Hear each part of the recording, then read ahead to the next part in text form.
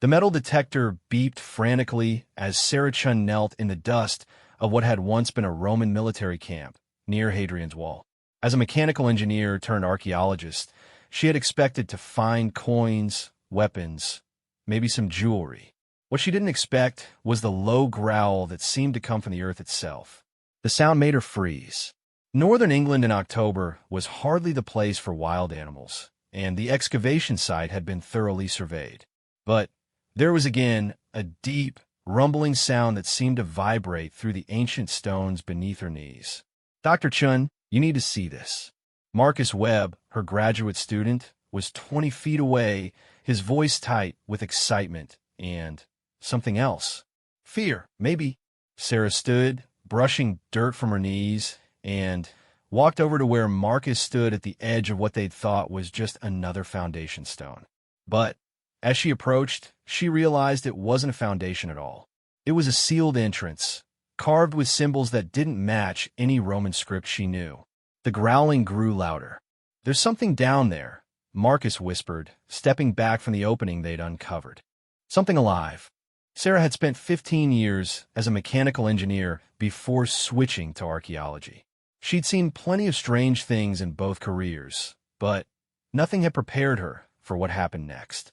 The symbols on the stone began to glow with a soft, amber light, and the growling stopped. Then came the voice.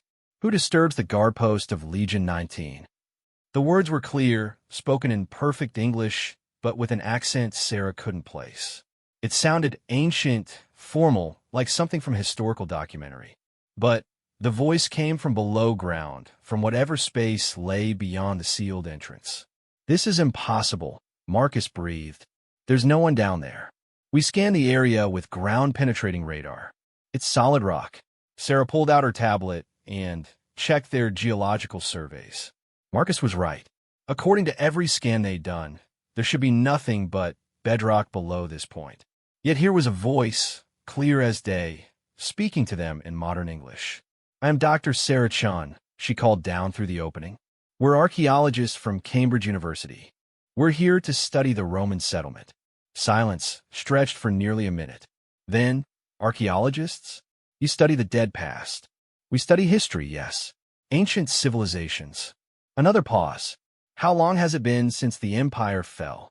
Sarah and Marcus exchanged glances. This was either an elaborate hoax or something far stranger than either of them had ever encountered. "Which empire do you mean?" "Rome, of course. When did the Eagles fall?" "The Western Roman Empire ended in 476 AD, Sarah said, her voice steady despite the impossibility of the conversation. "But that was over 1,500 years ago." The silence that followed was so long that Sarah began to think whoever was down there had gone away. Then came a sound she recognized from her childhood, growing up with military parents. It was the sound of someone trying very hard not to cry. 1,500 years, the voice finally said. "I have failed in my duty for 1,500 years." "Who are you?" Sarah asked gently. "What duty?" "I am Marcus Aurelius Canis, centurion of the 19th Legion, guardian of the northern frontier. I was tasked to hold this position until relieved. I have been waiting for relief for 1,500 years. Sarah's heart pounded. The 19th Legion had disappeared from historical records around 120 AD, somewhere in northern Britain. Historians had debated their fate for centuries. Some thought they'd been wiped out by Pictish raiders. Others believed they'd simply been reassigned and the records lost. But this suggested something else entirely. "Marcus Aurelius Canis," she said carefully. "How have you survived for 1,500 years?" "The same way any soldier survives," came the reply. "Duty, training, and..." There was a pause, and the curse. "What curse?" "The curse that was meant to be a blessing. The gift of the war dog, granted by the gods to make me the perfect guardian. I cannot age, cannot die, cannot leave my post until properly relieved by legitimate Roman authority." Sarah felt her knees go weak. She sat down hard on a nearby stone. "You're saying you're immortal?" "I am saying I am cursed," the voice replied bitterly. "Cursed to watch the world change around me, to feel the empire crumble, to know that everyone I ever knew has been dust for 1,000 years." Marcus Webb was frantically taking notes, his face pale but his hands steady. Good training, Sarah thought absently. Even in the impossible, document everything. How do we know you're telling the truth? Sarah asked. You could dig down and see for yourself, came the reply. Though I should warn you, I have not been pleasant company for the last few centuries. The loneliness does things to a man's mind. Sarah made a decision that would change her life forever. We'll dig you out. No. The voice was sharp, almost panicked. You don't understand. I am not what I once was. The curse, it changed me. I am more beast than man now. What do you mean? The Romans called us war dogs for a reason. We were their most savage fighters, their most loyal soldiers. The magic they used to make me immortal, it awakened something primal. I am still Marcus Aurelius Canis, but I am also something else. Something that has been alone and angry for 15 centuries. Sarah stood up, her engineer's mind already working on the problem. What would it take to lift this curse? Proper relief from Roman authority. But Rome is gone. The empire is dust. There can be no relief. What if there was another way? There is no other way. I have had 1,500 years to consider it. But Sarah was thinking like an engineer now, not just an archaeologist. Every problem had a solution. You just had to find the right approach. You said the curse made you a guardian, correct? A protector, yes. The perfect soldier. Immortal, enhanced, absolutely loyal to the empire and the people of Rome. And you've been alone all this time? Utterly alone. Sarah felt something click in her mind. What if you weren't alone anymore? What if you had someone to protect again? The silence stretched so long that Sarah wondered if she'd offended him. Then, very quietly, I do not understand. The curse was designed to make you a protector, right? But you've had nothing to protect for 15 centuries. Maybe that's part of the problem. You think I could what? Adopt some lost traveler? Find a village to guard? I'm a monster, Dr. Chun. Whatever humanity I once possessed has been worn away by centuries of isolation.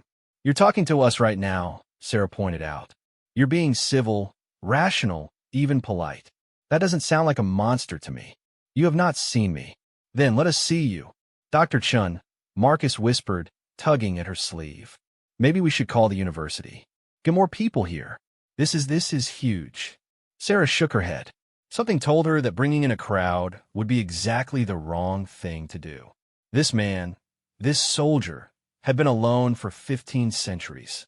The last thing he needed was to be treated like a specimen or a curiosity. Marcus Aurelius Canis, she called down. I'm a mechanical engineer. I solve problems for a living. Will you let me try to solve yours? You cannot break a curse laid by the gods themselves. Maybe not, but I might be able to find a workaround. For the first time since the conversation began, she heard what might have been laughter from below. A workaround? For divine magic. Engineers are good at workarounds. And what would you require of me? Trust. And maybe let someone take care of you for a change. The silence that followed was different from the others. Sarah could almost feel the weight of consideration, of a mind that had been alone for so long that the concept of companionship had become foreign. I have not bathed in 1,500 years, the voice said finally. I have not cut my hair, trimmed my nails, or cleaned my teeth. I eat what I can catch. Rats, mostly, sometimes birds that fall down here. I speak to myself constantly because the silence was driving me mad. I'm not fit for human company. Then, maybe it's time to change that. You do not understand what you are offering. I'm offering to help a soldier who's been on duty for 15 centuries get cleaned up and figure out how to live again. Seems like the least I can do. I could hurt you. The curse, it made me strong. Stronger than any normal man. And the rage, 1,500 years of rage of being forgotten, abandoned. Are you going to hurt me? Another long pause. No, I know. I remember duty. I remember honor. I would not harm someone trying to help. Then, we'll start there. Sarah turned to Marcus, who was still scribbling notes frantically. I need you to go back to town. Get supplies. Food, water, soap, shampoo, clean clothes in a large size, towels, a first aid kit, and a generator with some lights. Dr. Chun, this is insane. We don't even know if this is real. It could be some kind of elaborate hoax. Sarah looked at the glowing symbols on the stone, felt the vibration in the ground when the voice spoke, breathed in air that carried scents she couldn't identify, but that definitely didn't belong to modern Britain. It's real, Marcus. And that man down there has been waiting for relief for 15 centuries. I'm not going to make him wait any longer. But the university can wait until tomorrow. This can't. Marcus looked like he wanted to argue further, but something in Sarah's expression stopped him. What if something happens to you? Then you'll have one hell of a story to tell. After Marcus left, Sarah sat down next to the opening and called down again. Are you still there? Where would I go? Tell me about yourself. Before the curse, I mean. What was your life like? There was a long pause, then I was born in Gaul in what you probably call France now. My father was a blacksmith. My mother died when I was young. I joined the legions when I was 16, worked my way up through the ranks. I was good at it, fighting, leading men, keeping order. The 19th was my third posting. What happened here? How did you get cursed? There was a battle. Picts, painted for war, coming down from the highlands. We were outnumbered 10-1, maybe more. The situation was desperate. Sarah settled in to listen. After 15 centuries of silence, this man probably had a lot to say. Our commander, Lucius Valerius Maximus, was a strange man. He claimed descent from the old kings, said he had access to magics from before Rome. Most of us thought he was just another mad aristocrat playing at being mystical. But when the Picts surrounded us, the voice trailed off for a moment. He offered to make one of us immortal, a perfect guardian to hold the position no matter what happened to the rest of the legion. The magic required a volunteer, someone willing to accept the burden. And you volunteered. I was unmarried, no family to miss me. And I believed in Rome. I believed in the mission. So yes, I volunteered. What happened to the rest of your legion? They died well. The magic worked. I became something more than human, faster and stronger and utterly unkillable. I held the line while they evacuated the civilians from the settlement. Then, the magic changed me further, made me more like the animal they called me. A war dog. But the Picts, I killed them all. Every single one. And when reinforcements arrived 3 days later, they found me standing in a field of corpses, covered in blood, howling at the moon like the beast I had become. Sarah felt a chill run down her spine. What did they do? They ran, and I've been alone ever since. Marcus Aurelius, Sarah said gently, that's not who you are now. How can you be certain? Because you're talking to me like a civilized person instead of trying to rip my throat out. Because you warn me about your condition instead of luring me down there. Because after 15 centuries of rage and loneliness, you still have enough humanity left to be ashamed of your appearance. The silence stretched for several minutes. Then, very quietly, I had not considered that. When was the last time someone showed you kindness? I cannot remember. Then, maybe it's time to remember what that feels like. Sarah heard the sound of Marcus's truck returning long before it came into view. He'd done well. She could see supplies stacked in the back, and he'd brought Dr. Jennifer Walsh, the site director, who would want explanations that Sarah wasn't sure she could provide. But as Jennifer approached the excavation site, the symbols on the stone began to glow brighter, and the voice from below called out clearly, Ave, citizens. I am Marcus Aurelius Canis, Centurion of the 19th Legion. I formally request assistance in maintaining my post. Jennifer stopped dead in her tracks, stared at the glowing stone, and sat down heavily on the ground. Well, she said faintly, this is going to require a lot of paperwork. As the sun began to set over Hadrian's Wall, Sarah realized that her life had just taken a turn she never could have imagined. Somewhere below her feet was a Roman centurion who had been alone for 15 centuries, cursed to an immortal existence as guardian of a post that no longer mattered to an empire that no longer existed. But maybe, just maybe, she could help him find new purpose. Maybe she could help him remember what it meant to be human. The first step would be getting him clean, fed, and back into some semblance of civilization. After that they'd figure it out together. Marcus Aurelius, she called down as Marcus, and Jennifer began unloading supplies. Are you ready to try trusting someone again? Dr. Chun came a reply, and for the first time she heard something like hope in his voice. I believe I am ready to try. The excavation that followed took 3 days, and every hour revealed something more impossible than the last. The underground chamber was massive, carved from solid rock with a precision that defied explanation. Roman engineering was impressive, but this went beyond anything in the historical record. Dr. Jennifer Walsh had called in specialists from Oxford, Cambridge, and the British Museum. Archaeological teams, historians, linguists, and even a physicist who specialized in what he cautiously called anomalous phenomena. But Sarah had insisted on maintaining control of the dig, and, more importantly, of the contact with Marcus Aurelius. His psychological state is fragile, she'd argued when the university officials tried to take over. 15 centuries of isolation, and now suddenly he's got dozens of strangers digging down to reach him. We need to be careful. The truth was more complicated. Sarah had found herself protective of the centurion in a way that surprised her.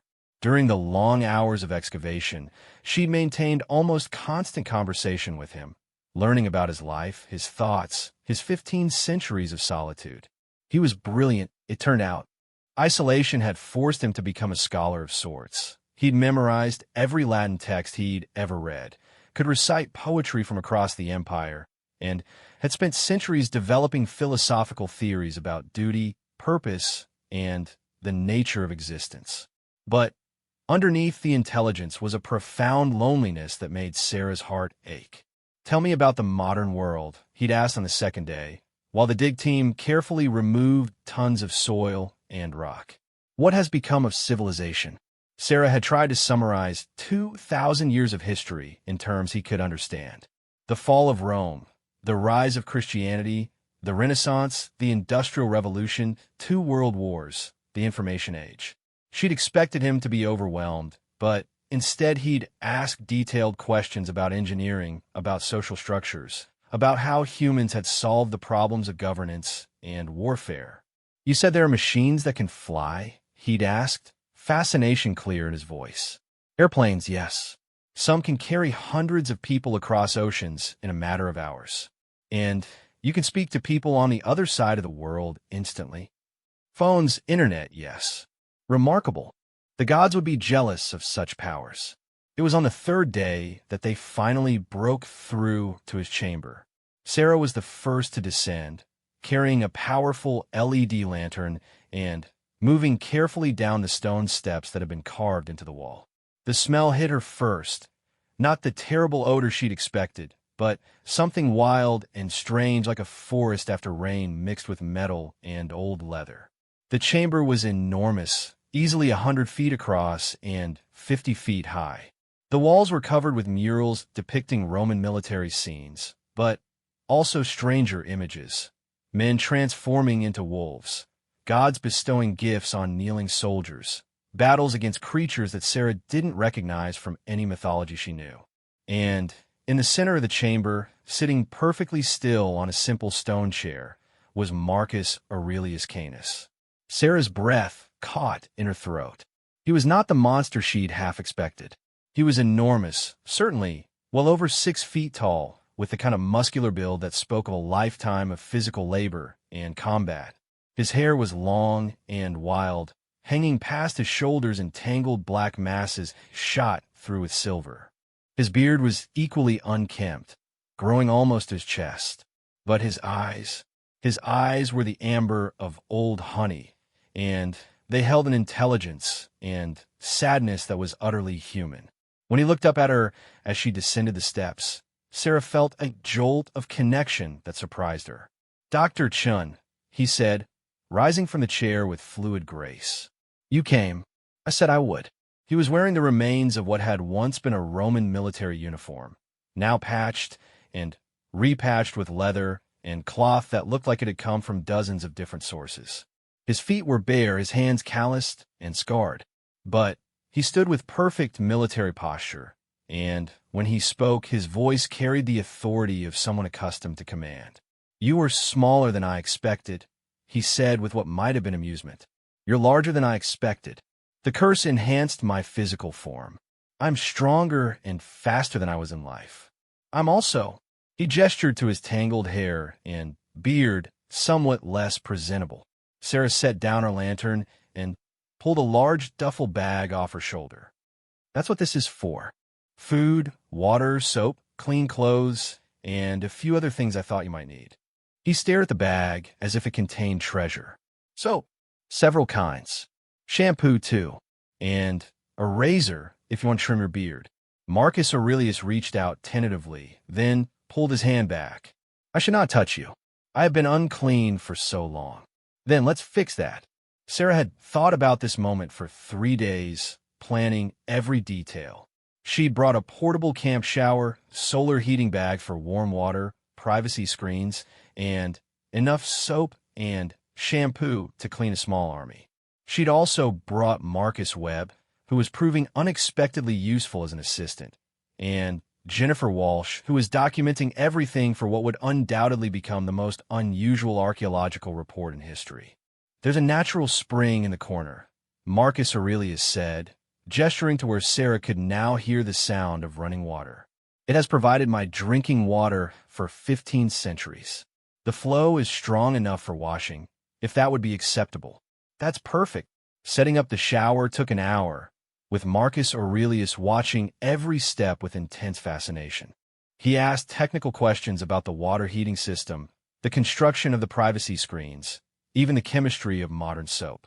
His mind, Sarah realized, was desperate for new information after centuries of stagnation. "The world has become very complicated," he observed as Sarah connected the final pieces of the shower setup. "In some ways. In others, it's gotten simpler. We don't have to worry about barbarian invasions or plagues as much as people in your time did. But you have other concerns." "Different concerns, yes." When everything was ready, Sarah handed him the soap and shampoo, along with detailed instructions for use. Modern hygiene products were far more sophisticated than anything Romans had access to, and she didn't want him to accidentally hurt himself. "I will leave you to wash in private," she said, gathering up her equipment. "Take as long as you need." "Dr. Chun," he called as she reached the stairs. "Why are you doing this?" Sarah paused, considering the question. Why was she doing this? She barely knew this man. He was dangerous, potentially unstable, certainly not human in any normal sense. Any rational person would have handed him over to government authorities and walked away. "Because you've been alone for 1,500 years, she said finally, and no one should be alone that long. She climbed back to the surface, where a crowd of academics, officials, and curiosity seekers had gathered. The site was starting to look like a small town, with equipment trucks, temporary buildings, and more researchers arriving every hour. "How is he?" Jennifer asked immediately. "Human. Very human. Also very large, very strong, and very, very tired. The government people want to speak with him," Jennifer said quietly. "Officials from London. They're talking about national security, potential threats, that sort of thing." Sarah felt a surge of protective anger. He's not a threat. He's a victim. A man who's been trapped and alone for 15 centuries. "I know, but they don't see it that way. Then they'll have to wait until I'm satisfied he's ready for that kind of stress." It was nearly 2 hours before Marcus Aurelius called up that he was finished washing. When Sarah descended the stairs again, she almost didn't recognize him. The transformation was stunning. Clean and properly groomed, he looked like what he was, a Roman centurion in his prime. He'd trimmed his hair to shoulder length and shaped his beard into a neat, military style. The clothes she'd brought fit him well enough, though he looked strange in modern jeans and a button-down shirt. But the biggest change was in his eyes. The sadness was still there, but it was tempered now with something Sarah recognized as hope. "Better?" he asked almost shyly. "Much better. How do you feel?" He flexed his hands, ran them through his now clean hair. I had forgotten how good clean felt. The sensation of soap on skin, of clothing that is not stiff with dirt and age. It is remarkable. Sarah had brought food as well, bread, cheese, fruit, wine, things she thought might remind him of home. He ate slowly, savoring each bite, closing his eyes to better appreciate flavors he hadn't experienced in centuries. The bread is different, he said finally. Lighter, sweeter, modern wheat varieties, commercial yeast, refined flour. Food has changed a lot. Everything has changed. Not everything. You're still you. He looked up at her with those amber eyes. Am I? I'm not certain I remember who I was before the curse. Tell me what you do remember. I remember duty. I remember loyalty to Rome, to my men, to the mission. I remember believing that civilization was worth protecting, that order was better than chaos. He paused, considering. I remember caring about people. Those are good things to remember. But I also remember rage. Centuries of it. Rage at being abandoned, at being forgotten, at watching everything I cared about crumble to dust while I remained unchanged. The rage made me not human for long periods.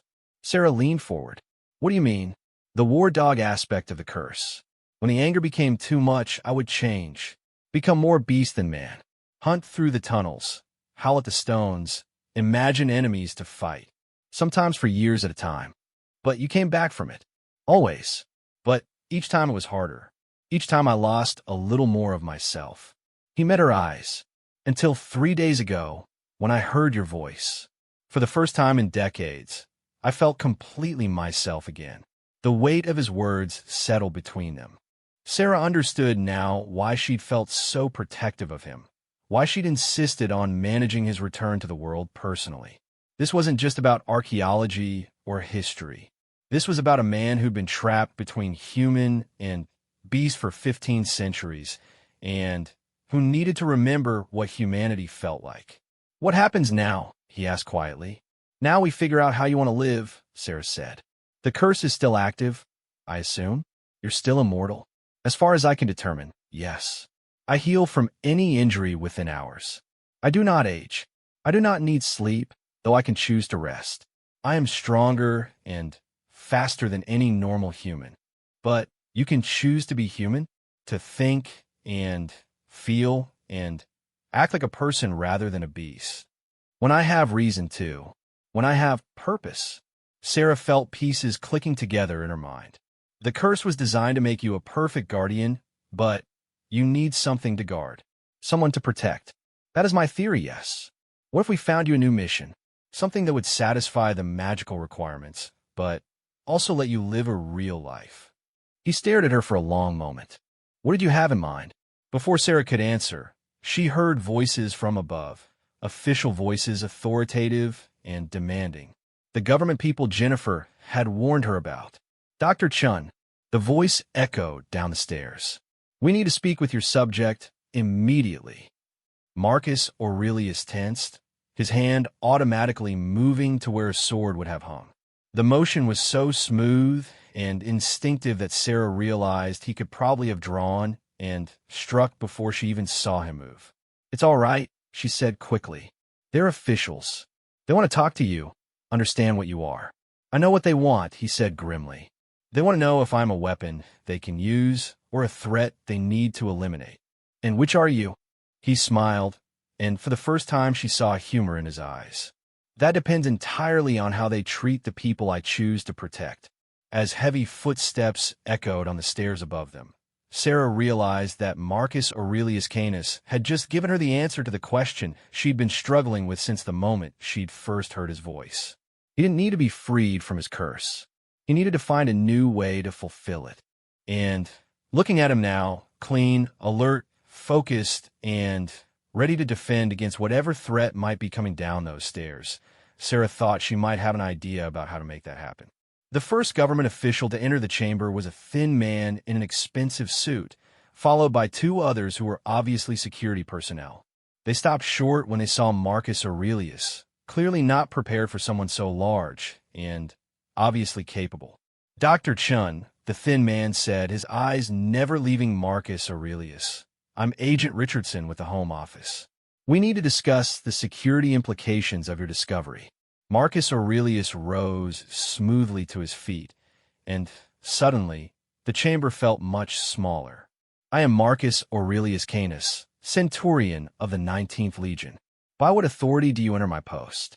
The question was politely phrased, but there was steel underneath it. Agent Richardson seemed to recognize the danger, because he took a careful step back. "We represent Her Majesty's government," he said carefully. "We're here to assess any potential threats to national security." "And am I such a threat?" "That's what we're here to determine." Marcus Aurelius looked at Sarah, and she saw decision crystallize in his amber eyes. "Dr. Chun has been kind to me. She has shown me courtesy and respect when she had no obligation to do so. I consider her under my protection." The words were quietly spoken, but they carried absolute conviction. Agent Richardson seemed to understand that he'd just been warned. "We're not here to threaten anyone," he said. "We simply need to understand what we're dealing with. You are dealing with a Roman centurion who has sworn to protect a woman who showed him kindness after 15 centuries of abandonment," Marcus Aurelius said calmly. "I suggest you proceed accordingly." Sarah felt a strange thrill at being claimed as someone worthy of protection. But more than that, she realized that Marcus Aurelius had just found his new mission. He wasn't just protecting her. He was protecting the idea of kindness itself, the possibility that humans could still care for each other across vast differences of time and circumstance. The negotiations with the government took 3 weeks, and every day Sarah watched Marcus Aurelius become more human and more dangerous in equal measure.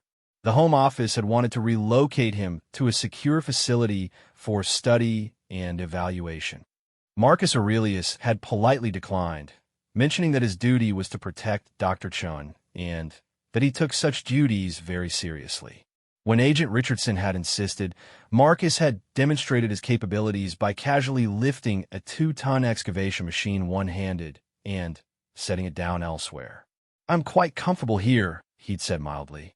"Dr. Chun has made excellent arrangements." The compromise they'd eventually reached was unusual, but workable. Marcus Aurelius would remain at the archaeological site, which was being expanded into a permanent research facility. He would submit to regular interviews with historians, linguists, and other scholars. In exchange, he would be granted legal status as a cultural consultant and allowed to live freely under Sarah's supervision. Sarah's supervision. The phrase made her smile every time she heard it. As if anyone could supervise a supernatural Roman centurion who could bench press a small car. But the arrangement worked because Marcus Aurelius wanted it to work. He'd found his new purpose in protecting not just Sarah, but the entire concept of academic freedom and humanitarian treatment. Every government official who visited the site was treated with scrupulous courtesy, but they all left with the distinct impression that harming any of the researchers would be a very bad idea. The academic community had embraced him with enthusiasm that bordered on mania. Historians wanted to interview him about everything from daily life in Roman Britain to military tactics used against Germanic tribes. Linguists were fascinated by his archaic Latin pronunciation and his ability to translate texts that had puzzled scholars for centuries. Archaeologists begged him to identify artifacts and explain construction techniques. Marcus Aurelius bore it all with patient good humor, though Sarah could see the strain beginning to wear on him. 15 centuries of solitude hadn't prepared him for being constantly surrounded by eager academics. It was Dr. Margaret Harrison, a specialist in ancient military history from Oxford, who finally gave voice to what everyone was thinking. "You realize," she said to Sarah over coffee one morning, "that you've essentially adopted a supernatural Roman soldier." Sarah looked across the excavation site to where Marcus Aurelius was patiently explaining Roman construction techniques to a group of engineering students. He'd taken to wearing modern clothes that accommodated his size, khakis, button-down shirts, work boots, but somehow he still managed to look like a centurion reviewing troops. "I prefer to think of it as providing humanitarian assistance to a displaced person," Sarah said. "A displaced person who could probably conquer a small country if he put his mind to it. But he won't. That's not who he is anymore." Margaret raised an eyebrow. "You're very confident about that." "I've spent 3 weeks watching him adjust to modern life. He's curious about everything, from smartphones to solar power to modern medicine. He asks thoughtful questions about democracy, human rights, international law.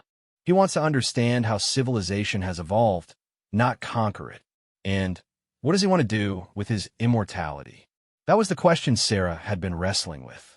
Marcus Aurelius was adapting to modern life with remarkable speed, but he was also clearly struggling with the knowledge that everyone he cared about would eventually die while he remained unchanged. The breakthrough came during a conversation about modern military technology. Your wars are very different now, Marcus Aurelius observed, studying photographs of contemporary conflicts. The weapons are incredibly powerful, but the tactics seem impersonal. How do you mean? Asked Dr. James Morton, a military historian who'd been interviewing Marcus about Roman battle formations. In my time, war was brutal but direct. You saw your enemy's face when you killed him. You knew who you were fighting and why. These modern wars. He gestured at images of aerial bombardments, drone strikes, cyber warfare. How do soldiers maintain honor when they cannot see the consequences of their actions? It's a problem, Sarah said quietly. A lot of modern veterans struggle with moral injury, with feeling disconnected from the meaning of their service. Marcus Aurelius looked up sharply. Veterans? Soldiers who have returned from war. Yes, many of them have trouble adjusting to civilian life, because they have lost their sense of purpose. Among other things, yes. Sarah saw something shift in his amber eyes, a spark of interest that had been missing from his interactions with the academics. Tell me more about these veterans. The research Sarah did over the next few days was eye-opening and heartbreaking. The statistics on veterans' suicide, homelessness, unemployment, and social isolation painted a picture of modern warriors who were as lost and abandoned as Marcus Aurelius had been in his underground chamber. She found him one evening sitting by the excavation site, staring up at the stars with an expression of deep thought. You've been quiet today, she said, settling down beside him. I've been thinking about the veterans you told me of, and they're like me in some ways. Warriors without a war, protectors without a mission. They've been trained for duty and then cast aside when that duty ends. Sarah felt a familiar spark of engineering inspiration. What if they weren't cast aside? What if there was a way to give them a new mission? He turned to look at her. What did you have in mind? I'm not sure yet, but you're a natural teacher. I've watched you with the students. You understand duty, leadership, the warrior mindset. And you have something most instructors don't, which is time. All the time in the world to get it right.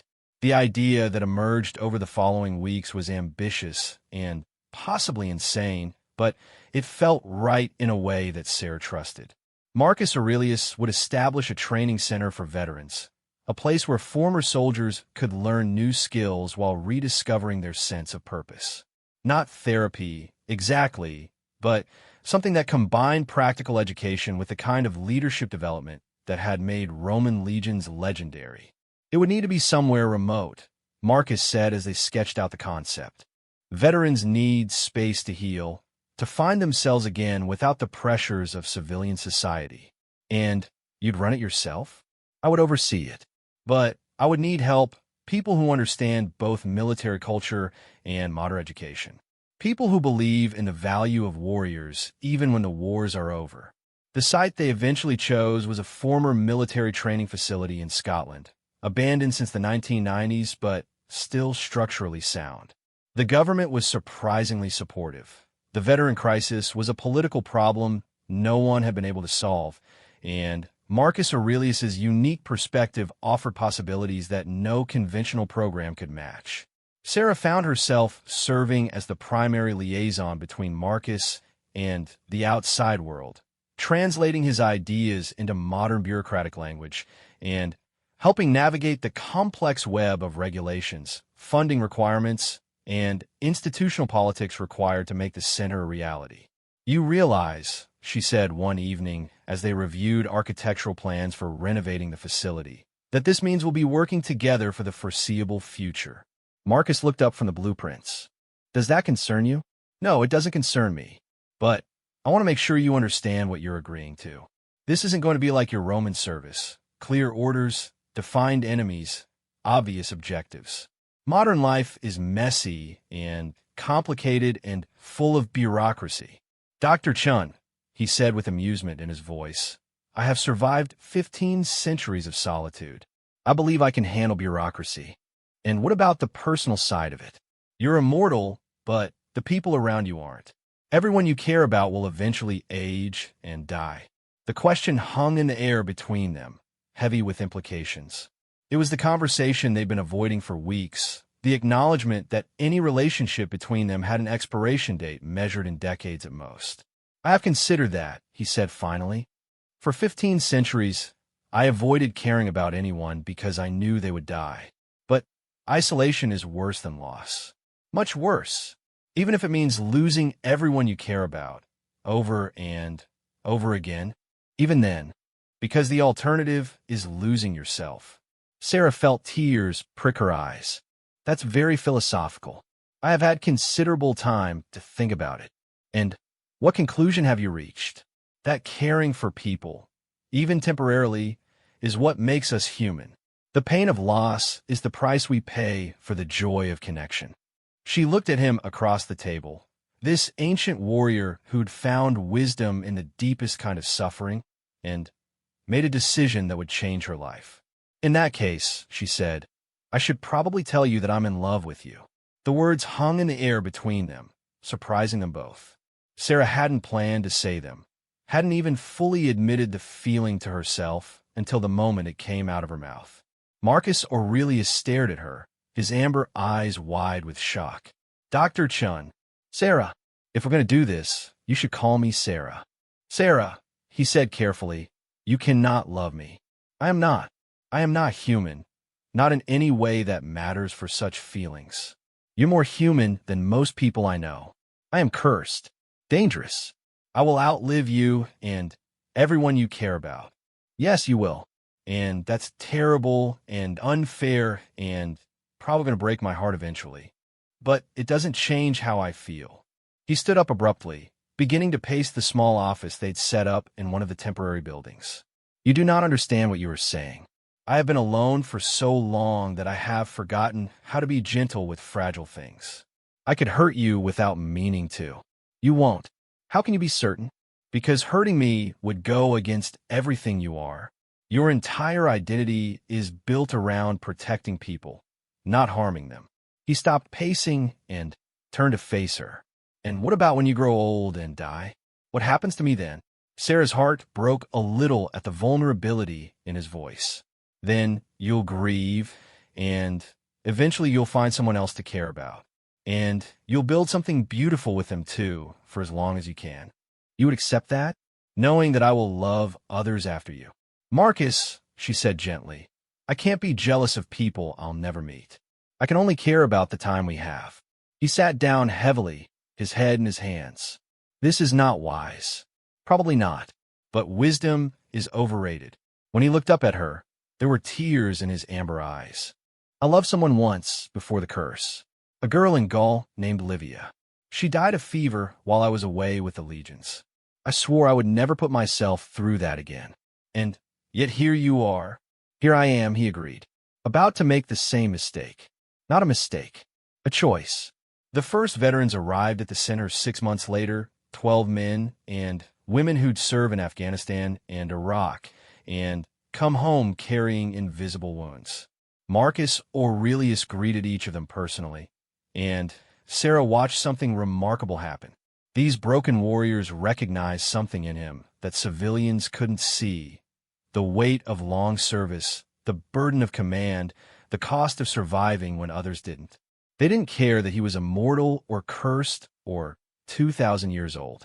They cared that he understood what they'd been through. I will not insult you by claiming to know your specific struggles, he told them in his opening address. Your wars were different from mine, your enemies different, your weapons and tactics different. But the core of military service has not changed in 2 millennia. You have served something greater than yourselves. You have put duty before comfort, mission before personal safety. You have seen things that civilians cannot understand and done things that haunt your dreams. Sarah watched from the back of the room as 12 damaged people sat a little straighter their eyes focusing on the tall figure in front of them. The world has told you that your service is over, that you must now become civilians and forget what you learned as warriors. I'm here to tell you something different. Your service is not over. It has simply entered a new phase. The program Marcus developed was unlike anything in modern military or veteran services. It combined practical skills training, everything from computer programming to sustainable agriculture, with leadership development based on ancient principles that had created some of history's most effective military units. But more than that, it gave former warriors a new tribe, a new sense of belonging, a new mission that built on their military experience rather than asking them to abandon it. Sarah found herself serving as deputy director, handling the administrative and regulatory aspects while Marcus focused on training and mentoring. It was demanding work that required her to learn everything from military culture to grant writing to crisis counseling. It was also the most rewarding work of her life.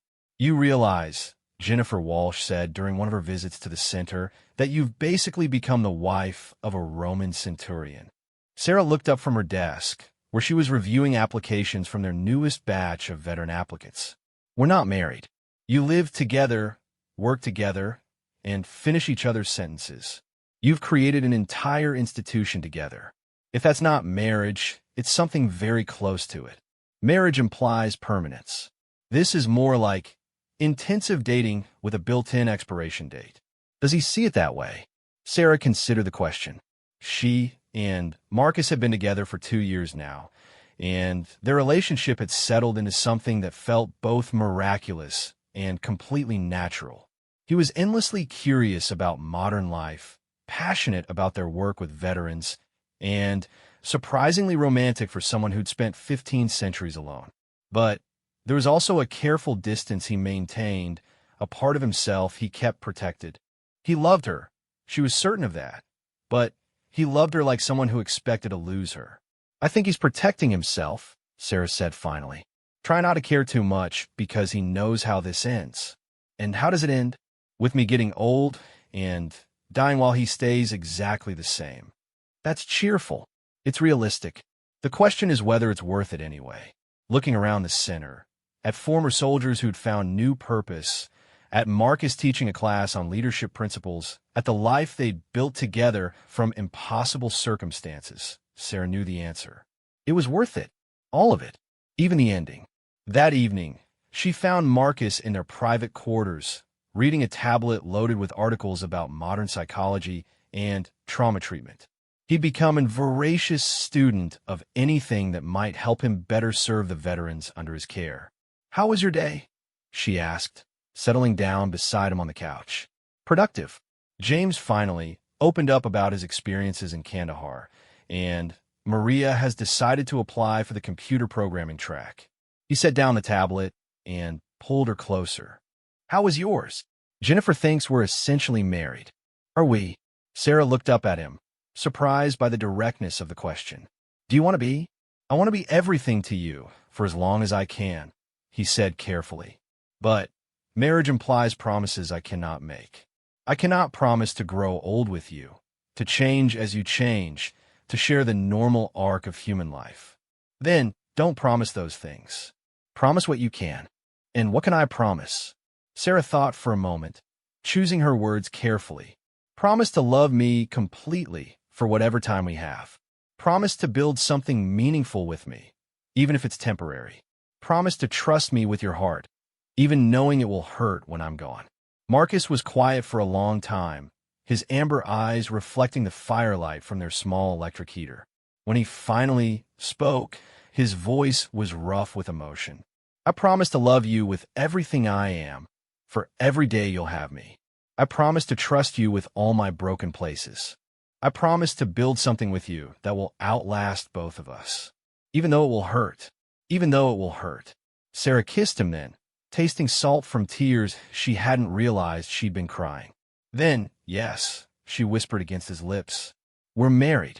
In every way that matters. The wedding ceremony was small and unconventional, held in the courtyard of the Veterans Center with their residents serving as witnesses. Marcus wore his dress blues, a uniform he'd had specially made based on historical examples, but tailored to fit his modern body. Sarah wore a simple white dress and carried wildflowers from the Scottish Highlands. Agent Richardson performed the ceremony, having been ordained online specifically for the occasion. "This is definitely the strangest wedding I've ever attended," he said afterward, "but possibly the most romantic." The marriage lasted 8 years. 8 years of building the Veterans Center into one of the most successful rehabilitation programs in Europe. 8 years of watching damaged warriors transform into confident leaders. 8 years of morning coffee and evening conversations, of shared goals and gentle arguments, of a love that burned brighter because they both knew it was finite. 8 years that ended with a cancer diagnosis that aggressive treatment couldn't stop. Marcus Aurelius held her hand as she died, his face carved from stone but his amber eyes liquid with tears. Sarah's last conscious thought was how grateful she was to have loved someone so completely, even for such a brief time. The funeral was attended by hundreds of people, veterans whose lives had been transformed by the center, academics who'd studied Marcus's unique perspective, government officials who'd learned to respect his quiet authority. They came to honor Sarah, but also to support the immortal man who'd found and lost the love of his life. After the service, Marcus Aurelius stood in their bedroom, holding Sarah's favorite coffee mug and staring out the window at the Scottish Highlands. For the first time since he'd been cursed, he wondered if 15 centuries of isolation might not have been easier than this. But then came a knock at the door. "Sir." It was James, one of their first veteran residents, now serving as the center's assistant director. "There's someone here to see you." Says her name is Dr. Rebecca Martinez, and she's an archaeologist from Cambridge. Claims Dr. Chun recommended the center for her brother, who's been struggling since he left the Royal Marines. Marcus set down the coffee mug and straightened his shoulders. Sarah was gone, but their work remained. The center needed him, the veterans needed him, and somewhere out there were more people who needed the kind of hope that only someone who'd survived the impossible could provide. "Show her to my office," he said. "And James? Make sure she knows that we'll take good care of her brother." As he walked through the center toward his office, Marcus Aurelius reflected on Sarah's last words to him. The curse isn't about being alone forever. It's about learning that love isn't diminished by loss. It's proven by it. She'd been right, of course. She usually was. The pain of losing her was excruciating, but it was also proof of how completely he'd loved her. And that love had created something lasting. Not just their marriage, but the center, the veterans they'd helped, the model they'd created for others to follow. At his office door, he paused to straighten his tie and check his reflection in the window. A Roman centurion in modern dress, about to help another family navigate the challenges of military service and civilian life. Some things, it seemed, really didn't change in 2,000 years. The need for duty, the importance of service, the power of love to transform even the most impossible circumstances. Marcus Aurelius Canis had been cursed to be a guardian for eternity. But thanks to Sarah Chun, he learned that guardianship could be about protecting hope itself. The hope that broken things could be healed, that lost people could be found, and that love could flourish even in the knowledge of inevitable loss. As he opened his office door to greet Dr. Martinez, Marcus found himself genuinely smiling for the first time since Sarah's death. He had work to do. It was going to be an interesting conversation with the government officials. But looking at Marcus Aurelius, clean, alert, and radiating the quiet confidence of a man who had found his purpose again, Sarah thought they could handle whatever came next. Together.